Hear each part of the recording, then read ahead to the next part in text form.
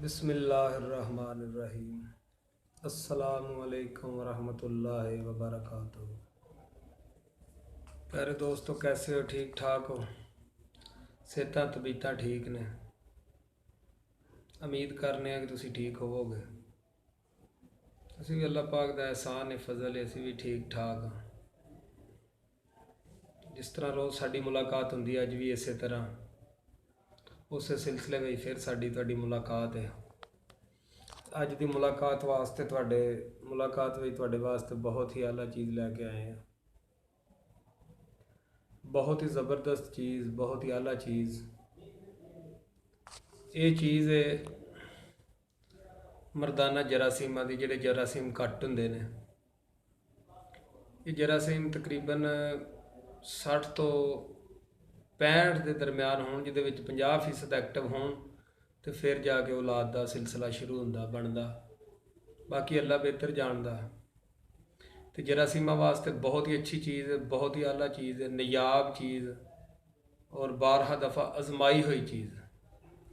वो साडे दवाखाने का खास तोहफा है। बहुत ही ज़बरदस्त चीज़ है। ये अक्सरीयत इस वजह नाल कम हुंदा, जिहड़े लोग ज़्यादातर मुस्तज़नी करते हैं। मुस्तज़नी की वजह तो या गलत कारियां करने की वजह तो, फिर मसाले की गर्मी की वजह तो भी ये मामला बन जाता। मगज़मनी का पतला होना इस वजूहात तो भी बन जाता। माँ के पेटों नमर्द ना आया हो बंदा तो इंशाअल्लाह बाद को मामला बनया हो। वेखो ना, जो मादर जात नमर्द जिहड़ा उहदा ते हल ही कोई नहीं, क्योंकि जो मालक की जात ने उन्होंने ये ताकत जरासीम वाली नहीं दी तो असी कौन होंगे हैं? माँ के पेटों ना आया हो, बाद च होया हो, किसी भी वजूहात की वजह तो होया हो, इंशाअल्लाह मसाले की गर्मी भी दूर करती है, मगज़मनी को गाढ़ा करती है।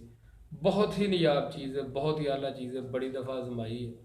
तो तुसी ये लिखो, ये 2 चीज़ां ने अलहदा 2 तो 3 चीज़ां ने, इन्हू इस्तेमाल करो, इंशाअल्लाह अल्लाह पाक दी ज़ात फजल करेगी, अपनी रहमत करेगी। पहली चीज़ तुसी लैनी है बधारी कंद 200 ग्राम। बधारी कंद 200 ग्राम लैके इनू कुट लेना। कुट के चंगी तरह बरीक करके पाउडर कर लेना। पाउडर करके हिस्बे ज़रूरत शहद देसी घ्यो लै लेना। देसी घ्यो दे जिस तरीके नाल सत्तू मस करीदे ने, उस तरीके नाल तुसीं इहनूं मस करना। चंगी तरह मस करके इहदे विच शहद पा लेना। शहद पा के ते इहदी एक मजून दे हिसाब नाल मजून बना लैनी है। मजून बना के ये मजून तुसां लैनी है रात नूं, तकरीबन रात नूं और सुबह 2 तोले अद्धा किलो दुध नाल ये खानी है। तुसी अद्धा किलो दुध नाल इहनूं इस्तेमाल करना। उस तो बाद दूसरी चीज़ां लैनियां ने। एक सफूफ भी तुसां तैयार करना, वो भी लिख लो।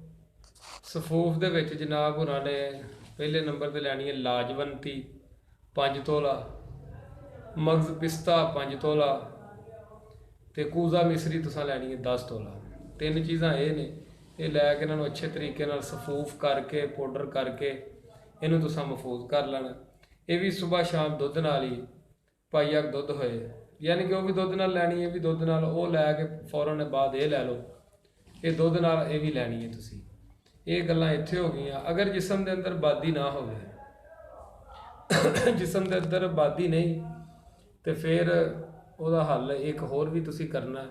इन्हां तो पहले तुसी टाली के पत्तर लैके ते तकरीबन छटांक एक पत्तर लैके उन्होंने साफ कर लेना। चंगी तरह साफ करके मिट्टी दूर करके उन्होंने मिट्टी दूर करके तो जनाब उन्होंने मोटा मोटा कुंडे में चचर लेना। चचर के तो एक गिलास में पानी पा देना। एक गिलास पानी पा के तो उन्होंने रख देना उस कुंडे में। शाम को अमल करना।